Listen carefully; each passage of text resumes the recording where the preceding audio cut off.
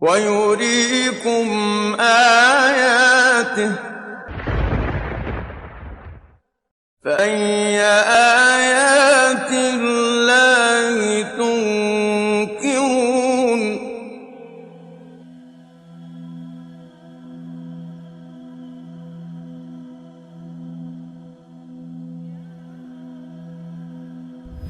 Like all living things, plants reproduce to ensure future generations. But since plants can't move from place to place, they need a way to transfer pollen from one plant to another. Pollen is basically a sperm for the plants. It is a fine powdery substance, typically yellow, consisting of microscopic grains discharged from the male part of a flower or from a male cone. Each grain contains a male gamete that can fertilize the female ovule, to which the pollen is being transported. In some of the plants, the reproduction process is done by wind. It means the wind carries grains of pollen from one plant to another. Therefore, the plants adapt themselves to this process with the calculations they make. And some of them transfer their pollen to other plants through insects. These types of plants know how to attract the insects towards themselves. For this, they use a variety of methods. They recognize what the insects love. After knowing which type of nectar and fragrance are pleasant to the insect, they try to produce that fragrance and nectar through some chemical process. They are doing this exactly at the moment they want to attract the insect towards themselves. They also know which flavor is pleasant to the insects, and they try to provide all the wishes of the insects. This is just because they want to attract the insects so that they can transfer their pollen to the other plants through them. And if they couldn't attract the insect by one method, they instantly choose the other methods. Moreover, the plants also calculate how much pollen in which distance and which duration can be transferred by an insect, and they produce the exact amount of pollen according to their calculations. They also take into account the probable constraints and barriers which can occur in transferring of pollens from one plant to another, and they try to reduce those barriers as much as they can, so that the exact amount of pollen can be transferred in exact duration and exact distance. Undoubtedly, the insects themselves are also playing a significant role in this system.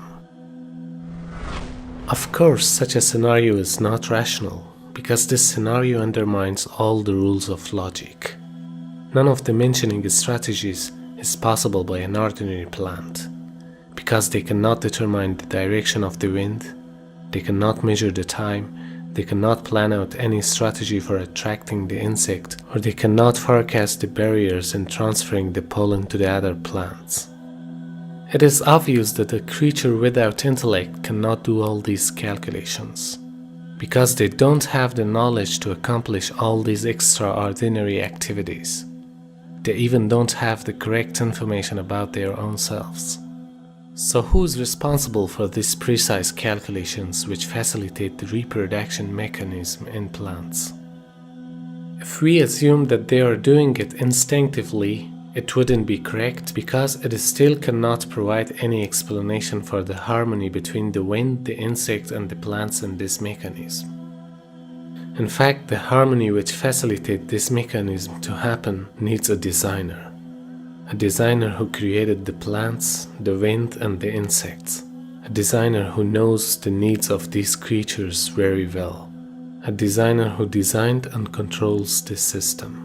هو الذي خلق لكم ما في الأرض جميعا ثم استوى إلى السماء فسواهن سبع سماوات وهو بكل شيء عليم.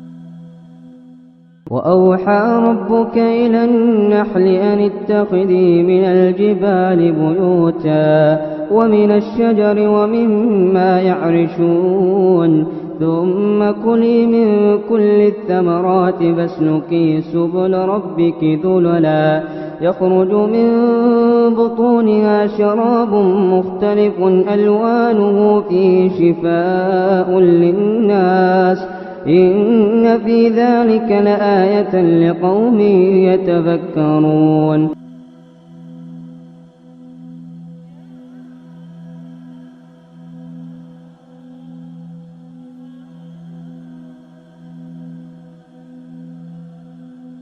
It is Allah subhanahu wa ta'ala who regulates all the activities of the plants and inspires the insects to follow His command and facilitate the process of reproduction in them.